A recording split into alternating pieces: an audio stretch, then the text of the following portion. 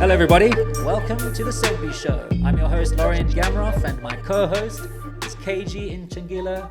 Kage, welcome to the show. So Miss G, how are you doing? all good, man. Yeah, here we are talking about Centbee, talking about Bitcoin. Yeah, our favorite wallet, our favorite day of the week. Yes, Yeah. and we're going to delve into pump and dumpamentals today. Yeah, guys, you might want to stick around, yeah, because there's quite a lot that we're gonna unflash on that. The biggest news today is the crypto pump that's been happening in the crypto sphere. Yeah, And of course, Bitcoin SV gets roped in on that roller coaster. yeah, I think it's a topic we should address, diff. even though Centbee goes out of its way to let people know it's not about pumping and price manipulation and all that kind of stuff. Diff. Centbee is a cash wallet, but I think given the sort of madness that's happening right now in crypto, I think this is an important topic to touch on. Definitely, because what sucks is that we just by default get roped into this crypto space, and like you're saying, Bitcoin is not crypto. Yeah. And as we're speaking of Bitcoin, we're always speaking of the original, which is Bitcoin SV. So people actually need to come to terms with which is the real Bitcoin. You know, BSV is the real Bitcoin, and it has nothing to do with crypto and stuff like that. It's more digital cash. Exactly. Yeah. It's got nothing to do with investments, making money, Yeah. trading. Yeah. You know, those concepts came in after the whole idea of Bitcoin, the white paper was released. Yeah. And people were excited in those days about this digital cash that could change the world, could Yeah. improve the world, could improve payments. Yeah. And having a low-cost digital cash, that on its own is world-changing It and is. significant. Yeah. But now, of course, we live in this world where people want a shortcut to riches. Yeah. And just the whole history of crypto for at least the last 10 years has been about just the price. You know, if you look at any crypto media, I have a feed that I subscribe to a lot of Yeah. news blogs and things Yeah. like that, where I look at keywords like blockchain and Bitcoin. And when I see that feed, it's really just always about price and always where price. things are going. Yeah. And it's got none of that news has got anything to do with digital cash. Yeah. So it's really just unfortunate that the world forgot about Satoshi Nakamoto's world-changing vision Yeah. and got suckered into this greedy, hopium-infested Yeah. space of crypto. Yeah, Mr. G, I'm glad that at least we've been consistent, like with trying to push Satoshi's vision, you know. So we've never became a part of this whole speculation nature of crypto, basically, because that is crypto. And we've always been about spending, you know, Yes. shopping, sending microtransactions to friends. Yeah. You know, like literally we're bringing like real world use cases into Life-changing. yeah, into reality, you know. And for me, like when I look at the whole crypto space, it's out of touch with reality, because like I always say, BSV always, like from, if we take it to the white paper, the blueprint speaks of, it's about digital cash. That's what it is in the title of the white paper. You know what I'm It saying? wasn't digital investment vehicle. No, peer to peer, you know. Yeah. So I think we have been consistent when it comes to that, because that's the narrative that we've like owned and we've been pushing. Yes, that's it. That's our message. And when people look at Centbee, the first thing they're going to notice is that there's no charts. Yeah. We don't want people to think of their BSV and their wallets as going up and now maybe they should hold on to it and buy No. more because they can make more money. No. It's got nothing to do with the price. The idea is that it's meant to be a stable form of cash. Now, of course, with crypto being in the world and Bitcoin SV just tagging along, it means that the price of BSV is so exposed to that crypto market. Yeah. And of course, when it comes to crypto, generally speaking, all crypto follows BTC in terms of price. Price-wise, yeah. BSV is no exception. So when there's volatility in Bitcoin or BTC, I was going to say Bitcoin Core, then of course the volatility is translated into BSV, and people see the price of their BSV and their Centbee wallets going up and down. Yeah. So this is just something that really is holding back the whole vision of Satoshi, which is to make digital cash a reality. Global digital cash, as you said, and with microtransactions. Now, we are going to have to just deal with this as long as crypto is around, and as long as people don't care about the value of any of these cryptos, they just care about the price. And for as long as that can continue, it might be the case that Bitcoin SV just has to deal with that and has to be ruined in terms of its stability and its perception by this whole crypto space. So it's just an evil that exists. I agree. Unfortunately, a lot of well-meaning people have also been suckered into this idea of BTC as this digital gold, this sound money. Because you know what they say, like, the road to hell is paved with good intentions. Yeah. So, you know, I can also see it, like, online, how most of these guys usually, like, would, you know, push the hype around a particular coin, you know, and like I'm saying, we've never actually, like, affiliated ourselves with such ideology. It's always been about spending, and what sucks is that BSV is by default now tainted with the whole BTC speculation nature of it, you know, and it sucks because BSV, like we were saying, it's more peer-to-peer, you know, microtransactions, you know, just buying stuff that you couldn't in an activated way with Centbee. Yes, and with BTC around, of course, it, like you say, it taints the whole notion of Bitcoin being digital cash, because in the mind of most people, they don't even know there's a difference between Bitcoin SV and BTC. That's true, They just think it's all Bitcoin, it's all crypto, and it's all just making a few people rich and a lot of people poor. So this is just what we're going to have to deal with. But yes, I think we always want to re-emphasize that having BSV means the same as having cash inside your wallet. You're going to want to be able to spend it. You're going to want to be able to send it, pay your friends, send it to a bank account in another country. That's what Centbee is about. And if you are using Centbee for any other reason, well, then you're on the wrong track. Yeah, because remember, there was also a time where a couple of guys they thought, like, you can, like, start making passive income with Centbee by earning a couple of honey rewards. Or just watching the price go up. Yes. And guys, remember, BSV is all about spending. So if you want to actually experience the power of BSV, just download the Centbee app. Just check it out on the stores. Show some love. You know the drill by now. All right, cool. Thanks for that, Mr. G. Now we're going to be stepping into our second segment. And our second segment, Mr. G, focuses on crypto pumping. Like the volatility of crypto. Like, what's happening there? Yes, you said pumpamentals, right? Pumpamentals. I think I prefer the word pump and dumpamentals. Which, because it's exactly that. Yes, that is what it is. So, of course, when we see crypto generally, as I mentioned before, we see how BTC really does control things in a way. The price of BTC tends to lead, and then the altcoins or the other cryptocurrencies tend to follow that. So, of course, we see not just BTC at the moment increasing in price. We see all the other cryptos, and of course BSV is no different. So that is a significant thing that affects the crypto market. Obviously, BTC has the dominant volume that gets traded in crypto. I think Tether, though, is probably the number one, but BTC is considered the kind of number one decentralized currency. But there are a whole lot of other reasons that can make crypto pump.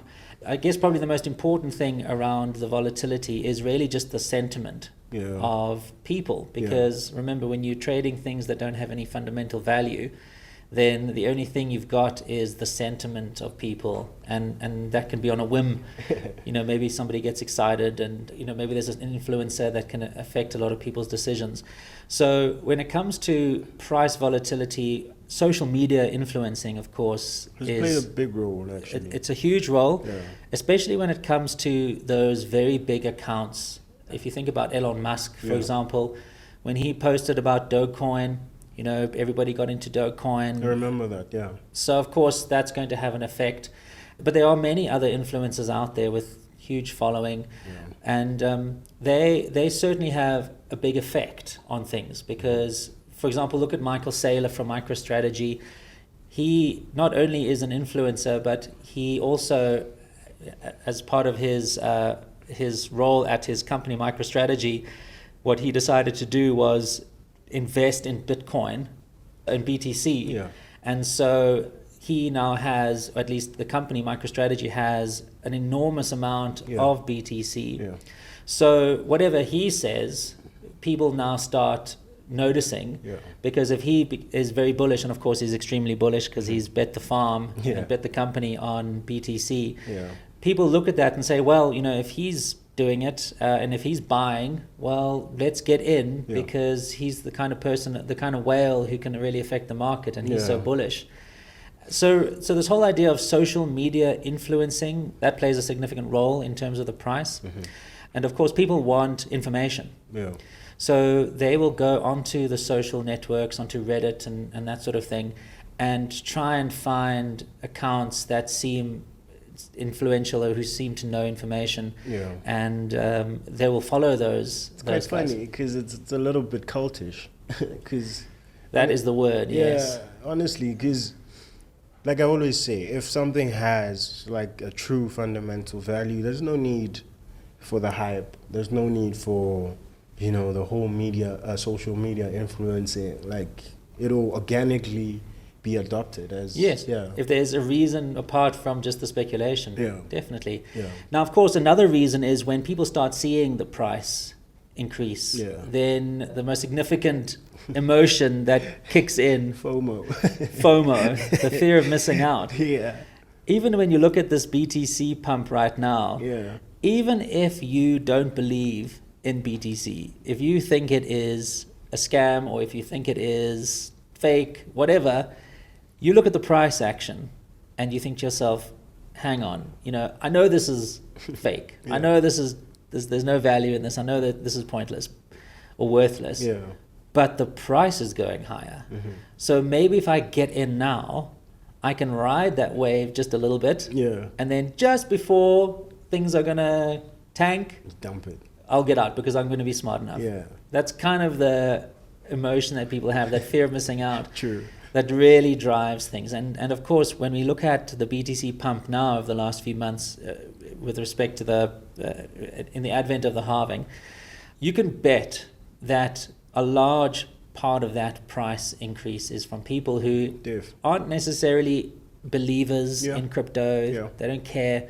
They just see the prices going higher and they think, well, it's worth a shot.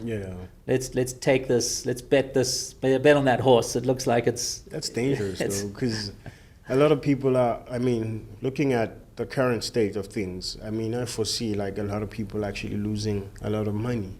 Well, if you are somebody who's riding that wave and you don't time it properly, and the price does dip, and just today we saw a big dip in price, a lot of people could be affected if they don't get out in time. So they are willing to gamble and hope for the best. Which is really what it is. It's gambling.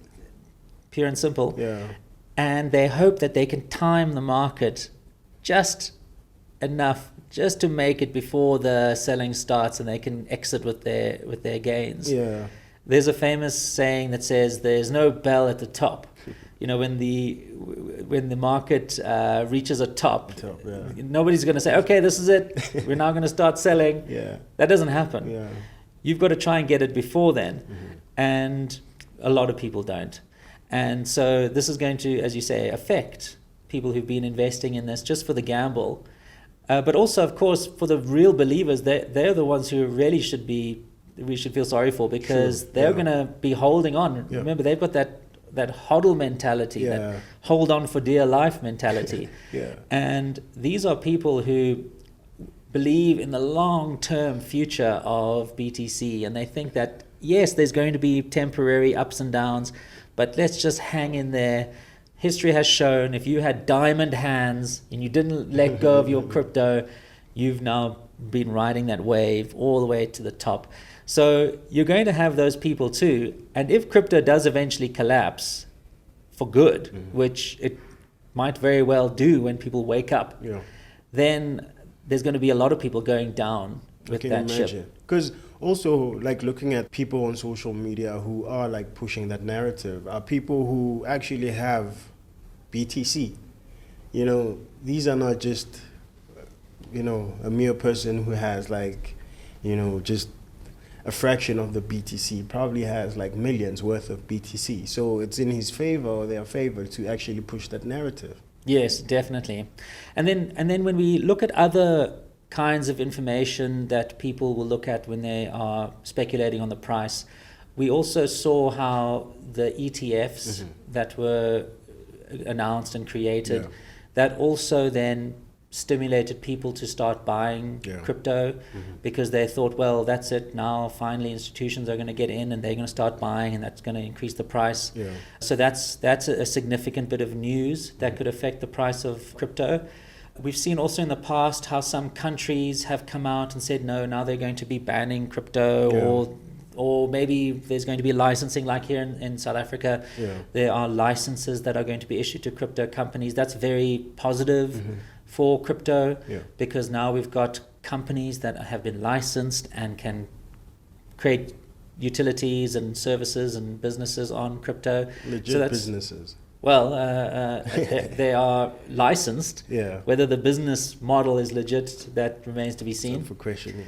So that's another important bit of information that users will look at. This is all news, by the way. This is what we would call the fundamentals. Because that's what essentially influences basically the price.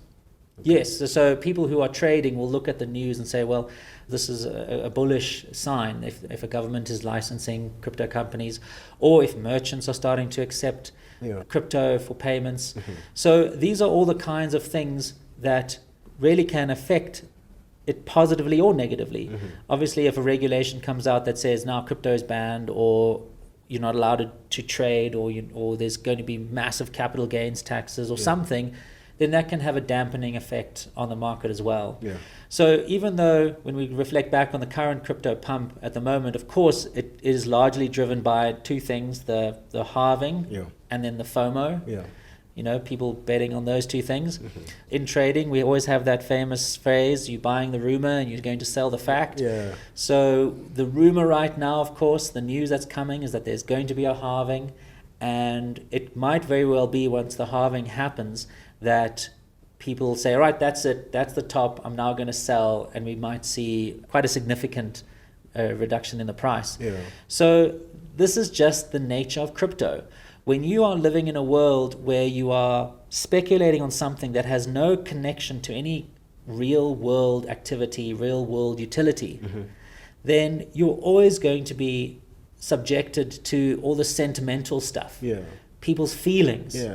And this is pretty much what is driving crypto right now. Feelings. Is feelings. I want to buy this because I think it's going to go up in price. Why do you think it's going to go up in price? Because I think somebody else is going to think that too. So we've got this weird cycle. Like the only reason I think this is going to go up in price is because I think you're going to think it's going up in price. That doesn't make sense. And you think it's going to go up in price because somebody else thinks it's going to go up in price. That doesn't make sense. That's like hopium, like you were saying. Like, I own hopium. But that's it. It's not because BTC is becoming more useful and becoming more entrenched in businesses and government and in our lives. It's fulfilling a role. It's providing value to people. There is no value in BTC. Nothing. It consumes value. It consumes electricity, and it consumes people's wealth. Because at the end of the day, the only reason you're making money in crypto, because someone is losing. Because somebody else is losing it. That's it. There is no wealth that is being generated. Wealth is being taken from one group, distributed to the other. Exactly. That is the whole premise of crypto. Now in Bitcoin SV, what happens is we are building out an infrastructure that can be used to build new business models that will help people in their lives. It will add value to people's lives. It'll mean that payments are cheaper and quicker and more inclusive. Microtransactions, you can send like minimum amounts that are impossible to send currently because there's a whole lot of cost behind it. Yes. Yeah. So BSV is valuable, not because of the price, and not because I think the price is going to go higher, because I think another fool is going to think it's going to go even higher than that. Bitcoin SV is a useful thing that is going to add value to everybody's lives. Like I was saying, the proof is in the pudding, Mr. G. I mean, we are here. It's Centbee, a legit company that, is operating on the BSV blockchain. So I don't think there's any other proof that we need to put out there because we are the foolproof. Yeah, exactly. Yeah. So I think that's a very important thing to to get the audience to understand. Yeah. Is that crypto is in a definitional term a zero-sum game. Yeah. So when you have a zero-sum game, it means that some people win, some lose, and some people lose. Yeah. In crypto right now, if your crypto is becoming more valuable, it's because somebody out there is willing to give you their money for that crypto. You want to sell your BTC for $70,000, it's because somebody is willing to pay you $70,000. And there's a fool that's willing to pay that. Sorry to cut you. Yes, that's it. The only reason is because somebody else is going to give you that money. So there hasn't been any wealth created. Nothing. It hasn't added value to anybody's lives. I know we've just said that, but it's worth repeating. Yeah. Crypto is a zero-sum game. It takes wealth from some groups, one group, and it distributes it to another. And unfortunately, what invariably happens is that wealth from a lot of people gets distributed to a few. A few. That's what I wanted to say, that even so, like, we're not looking at it as a normal or a layman who's benefiting from this, because it's literally a guy who's losing probably his life savings to a billionaire. That already is just offside if you look at it that way. I mean, that is really just the story of crypto, isn't it? Yeah. That many lose and a few people gain. Yeah. Now, right now, everybody who's in crypto and has their BTC, they see themselves getting richer on paper. But the question is, are you going to be able to realize those gains? Most people want to stay in. They get greedy. There's another famous phrase in trading, which is bulls make money and bears make money. Pigs get slaughtered. In other words, people who are bullish, in other words, I expect a price to go up, so I'm going to invest accordingly. I'm going to buy these shares and sell them later on for a higher price. You'll make money. I think the price is going to go down because of various reasons. I'm going to go short, I'm going to sell stocks, making money. But the people who stay in and say, no, I know I've made 20%. I know I've got 50%. Oh man, but I want 60%. I want 70%. I'm just going to hang on there. I'm going to just wait till the very last moment until I see things are getting hectic. But actually what happmes is everybody gets culled. Yeah, that's a lot of vanity, because a lot of people are going to get slaughtered. I mean, imagine having to lose your savings to just the speculations. It's sad. It is sad. So I think that's pretty much what's going on right now. Is, of course, crypto is pumping for all these reasons. Fear of missing out is a huge reason. Even if you have no belief in crypto whatsoever, of course you're going to feel tempted just to put a little bit of money in there. And everybody who does that just makes the price go even higher, creating more FOMO until it just reaches this pinnacle, and then it just falls over and the world ends for a lot of people. So, I want to just tell people, look, be sensible. There's no shortcut to quick riches. This is a speculative game. It's gambling. You are gambling when you are investing in crypto. It's gambling. You are not investing. Investing means you see value in something. You have an idea that this thing is going to be worthwhile to people, or the reverse. You feel like maybe there's something that people have that isn't worthwhile, and you're going to go and short that and be a bear on that. But if you're a pig, you're going to get slaughtered. If you are greedy, you are going to end up with nothing. Yeah. So be sensible. Look at Bitcoin as it was devised as a way that, yes, you can make money. How? By providing services or products that help people use Bitcoin. By building stuff. Yeah. Build something. Build a business. Yeah. Do a job for somebody. That's it. That's how you're going to make money for real. For real, yeah. This game, this crypto game, is a mug's game. And if you're lucky, you're going to get out alive. But for the vast majority of people who are in crypto now, it's not going to end well. And the unfortunate thing is, it's going to really damage the reputation of Bitcoin, the way it was intended to be used. And we're just going to have to try and push through that so we can get to the other side eventually. Crypto people don't realize that they are their own worst enemy.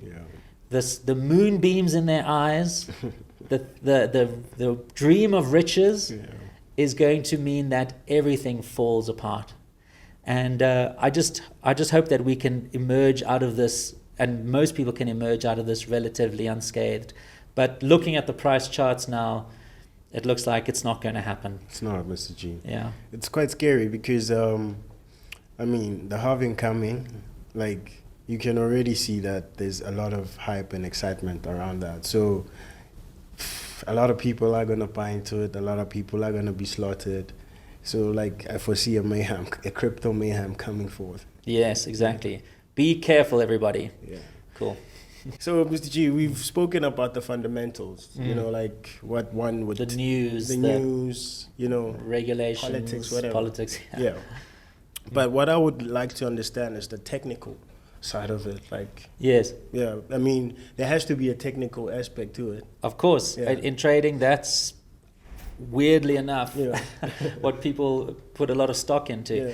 So when we look at we just talked about a lot of fundamental reasons why people would trade a certain way. You know, we talked about regulations, news from businesses, maybe they've created a new product, or positive stuff, even negative stuff. Negative news can definitely affect the prices of cryptos. So when we look at traders who trade based on the news, we say that they are doing a fundamental analysis on the market. They're looking at all those different factors that play a role, and they will then make judgments based on that. So, for example, looking at crypto now, we see how there is a halving coming up. We see how people are getting all FOMO and all excited. And so we could make a judgment and say, well, we would like to go and take a dip in this pool and just give it a try, just because we see that the news is positive. So let's just get in and trade that, make that trade, that fundamental analysis trade. But weirdly enough, there are people who trade and they don't care at all about the news. When you look at the history of a chart of prices on a stock or on a crypto, we see how there are spikes, and then there are troughs, and when we look back at the history, we can see why those spikes and those troughs are occurring. For example, there was a spike. Why? Because the SEC, the Securities Exchange Commission, they decided that crypto is, let's say, not a security and now can be traded. That's a positive bit of news, and it reflects in the chart because people look at that and say, okay, let's trade that. And so you'll see the price go up. Then maybe they come out and say, maybe China says we're banning crypto, and everybody's going to say, well, that's going to be the end of crypto. Let's sell all our crypto, and you see the price dump. Now, that's very important to know those reasons why prices go up and down. But there's a whole set of traders who don't even care about that news. And what they look at is the actual patterns that are formed in the chart. Now, you would think that it's extremely important to know the reasons why the crypto is going up and why it's going down. Thinking of it, like it would be basic to look at the fundamentals. Yes, you want to know, why did it go up here? Why did it go down here? Oh, it went up because of positive news. Therefore, if more positive news comes along, I'm going to look back at the history and say every time there's been positive news, the price goes up. Yeah. But people who trade by just looking at the patterns, they call that the technical analysis. Yeah. They will go and look at that chart and they'll say, look at these little patterns that are forming over time. And there's a whole lot of study around these patterns that get formed in these charts. And people say that those patterns can be reliably used as indicators as to what could come next, strangely enough. So, for example, if a particular pattern forms, people can say, well, generally in history, whenever that pattern in the chart formed, there was price action, maybe to the downside. And so people will look at that and they'll say, well, typically this pattern means that there's something to the downside. Yeah. Now, of course, if you were thinking about that from a fundamental point of view, you would say, like, how can that have any difference? How can that ever have an effect? Because surely the only reason the price is going to go down is because there's negative news. Yeah. There's something fundamental that has caused that price to go down. Yeah. But what ends up happening, I mean, people still do technical analysis and not just naive, unsophisticated traders. Proper, like, qualified traders, yeah. People who are this is their business, they are pros. They will look at those charts and they'll say, all right, look, there's a pattern, let's go and trade that pattern. And what ends up happening, especially if those technical traders are quite dominant in the market, is that they will eventually it'll be a self-fulfilling prophecy, because traders will see that pattern and they will say, well, historically, every time that pattern has occurred, there's been a movement to the downside. I'm going to sell because I don't want to be caught in that downward spiral. And so they sell it. And of course, the act of selling means that the price goes down and everybody just... goes down. Well, that's what happens. When you sell your stocks, the price goes down. Yeah. Sell your crypto. So what ends up happening is you have a self-fulfilling prophecy. So the traders expect price movement down. Yeah. They all trade that. They sell their cryptos and the price goes down. Yeah. And they say, see, this technical trading works. Now, that is not really a very important aspect of trading when it comes to typical things like stocks or commodities or something like that. Because, of course, the news is more important than the technical trading. Definitely, yeah. But when you have a crypto market where the liquidity is low, where social media can make a big influence on things, it turns out that technical traders tend to win quite a lot in crypto because of that self-fulfilling prophecy. I mean, if you just go onto YouTube or anywhere, onto Twitter, X, you are going to see people creating videos, doing an analysis, drawing lines all over the chart, showing shapes and referring back to textbooks that explain these shapes.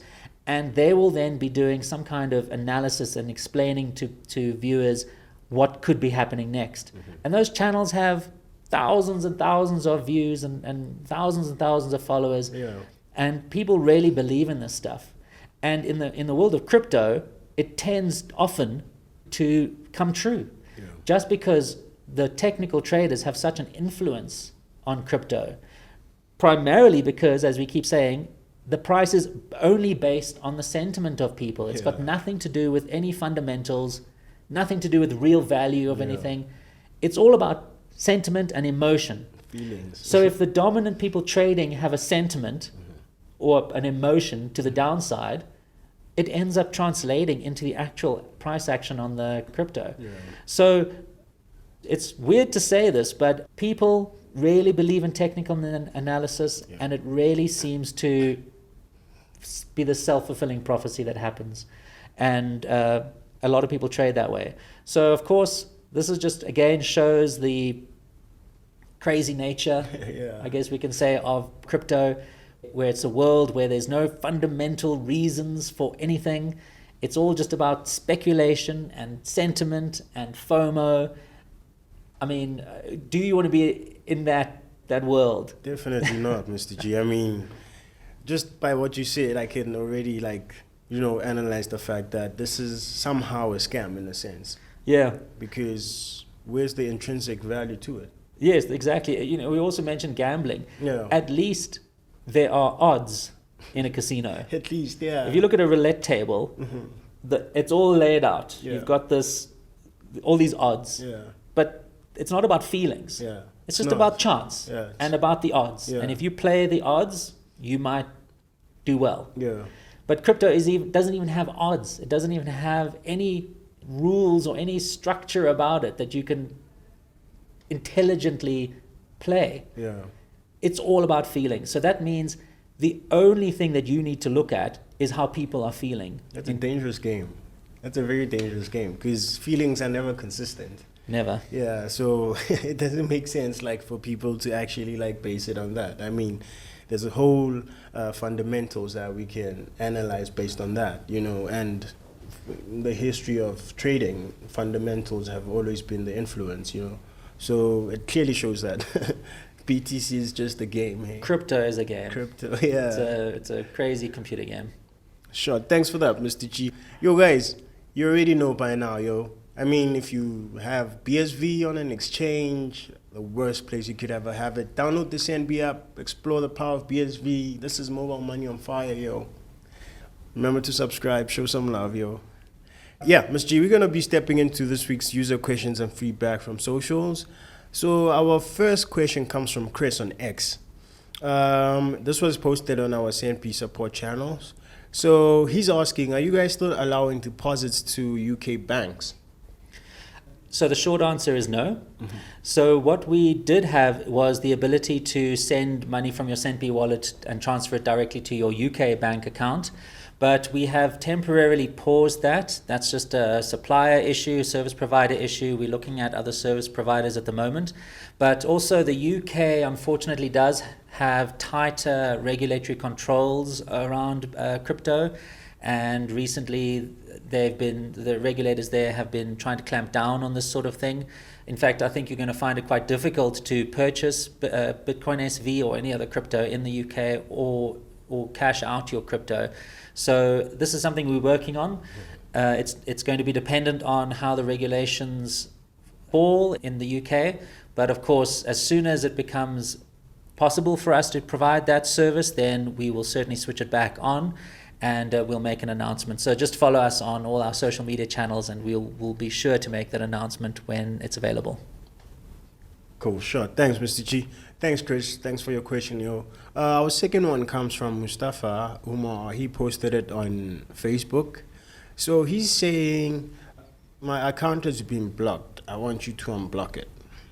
So at Centbee, we have very tight controls around money transfers, and we are, of course, also regulated, and so it's very important for us to follow the anti-money laundering controls and know your customer controls.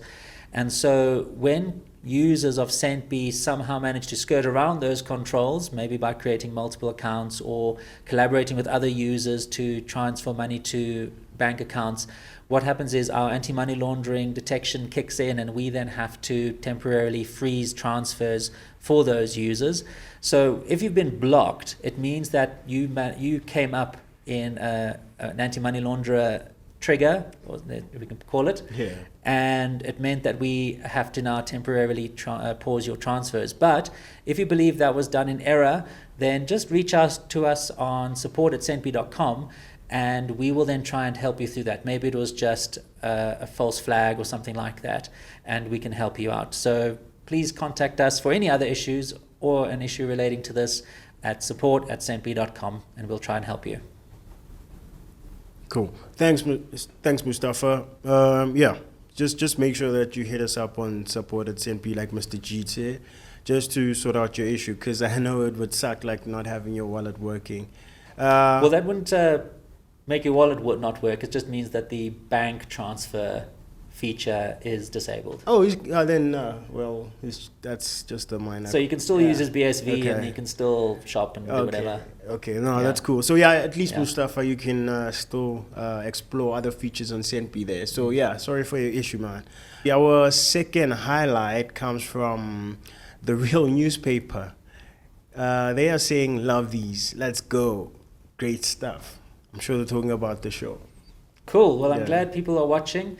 Our subs are growing. Yeah.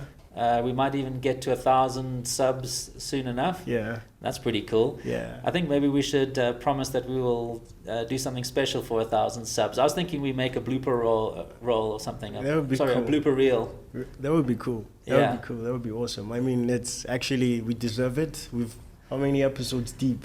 This is episode 21. Exactly. Yeah. So I think we should actually give our fans like a bit of a blooper video. Yes. Yeah. Exactly. So if you share this with your friends, if you get people to subscribe and all that, if we get to 1,000 subs, we will make a special video for you, and we can show you some of the behind the scenes and the failures and the mess ups that we do here. Yeah. Thanks for that, Real Newspaper. I mean, we're having fun getting to put out like true news of which is the real Bitcoin, you know? So yeah, remember BSV is the only Bitcoin that we recognize as Centbee. So yeah, our last highlight comes from Josh, and they are saying BSV will be the solution. The whole world will run on it. That's true. I think so. When it comes to blockchain, we have one internet. I think we're going to have one blockchain. Yeah. And of course, I think it's the original Bitcoin that's going to be that blockchain. Yeah. And the whole world runs on the internet. Mm-hmm. And the value that Bitcoin SV brings to the world in terms of transactions and logging and all the use cases for blockchain, it's going to be tremendous. I think the world will run on BSV blockchain. So thanks for that comment. I think that's pretty spot on. It is. I mean, we foresee a future where like transactions are cheap, fast. You can easily send a couple of thousands just in seconds across the world. So yeah, that's or 5 cents. Even 5 cents. Yeah, 1 cent for an article. Exactly, because those were some of the ideas, like business use cases we touched on our previous episode, like how BSV sort of like enables that space of microtransactions, like those online articles that you can easily just pay a cent, or even if it's a parking system, where you can just scan a QR. I think we're going to have to do a whole episode on the possible use cases, and that's also going to be great because for those entrepreneurs who are out there, if you know what you can do with BSV, not just use it as cash, but if you can create a product on BSV, a service, that's a true way to getting rich in Bitcoin, because you are building wealth. You are creating a useful thing for people that they can use, and that's how people get genuinely wealthy, by creating value for others, by serving others, by building products that people want to use. So I think it's going to be worth it, us just trying to see what are all the different things that you can do with Bitcoin SV now that we have these low-cost microtransaction capabilities. So I'm going to be excited about that. Yeah, we should have a show fully dedicated on that. And like you're saying, I think it will appeal more to our target market because, it's younger crowds. I'm sure they would be excited to explore this BSV space and actually find out like the awesome stuff that they can build on it. Calling all the entrepreneurs. Come and build on BSV. Build a future. All right. Guys, remember to check out the Centbee app on the stores. Remember to subscribe. Remember to share it with your friends. If you want to be plugged, subscribe on this channel. Just follow us. Check out the previous episodes. You'll be plugged on which is the real Bitcoin, yeah? Indeed. Ms. G, we've come to the end of our show. Great. Well, excellent. Thanks, Kage. Thanks for letting us have a chance to talk about the crypto pumps that are going on out there. Pump and Dumpamentals. And talk about the pump and Dumpamentals. Yeah. So, I think that's the most important message we can give to the viewers right now is that, yes, things look exciting. And if you are in crypto, you've got moonbeams in your eyes. You're already thinking of the color that your Lamborghini is going to be. I mean, it always seems exciting and you think things are going to go up forever. Or you think you're going to be able to time the market and you're going to be able to make a heck of a lot of money. But at the end of the day, you are gambling on your future here. Yes, you might be able to get away with some money, but is this real? Is it something that's going to be long-term? Is it going to build you up to make you resilient and powerful enough to generate your own wealth? Is it? I mean, it's a game. It's a game. We're in a game right now. So take it carefully out there. Remember, if you are into Bitcoin, you are into digital cash. If you're into crypto, you are into speculation, riding a roller coaster. That's it. You like extreme sports. You like thrills and spills. It's quite funny because on that side, like I find it a little bit bipolar because the feelings are never consistent. You know, like the next minute, this guy will be pushing out a message on socials like, "Hey guys," and then the next minute he's saying that. I'm like, this is insane. Yeah. There's a what's that guy? The Barstool Sports guy. What's his name? What's his name? There's a great compilation video of him being all excited about crypto and then being wrecked. Yeah. I mean, that's just it in a nutshell. But funny thing, he can afford to be wrecked. I guess, yes. Yeah. Most people can't. Yeah. Exactly. Yeah. Well, anyway, take it easy out there. Thanks for watching us. And like I said, please share with your friends so we can get to 1,000 subs and we can make a crazy video. And we can just keep doing what we're doing here, giving you guys the real deal, telling you about real Bitcoin, and telling you about Centbee and what you can do with it. Yeah, thanks, Kage. Thanks for the show. Appreciate it. And thank you, everybody, for tuning in today to the Centbee Show. Please come back soon.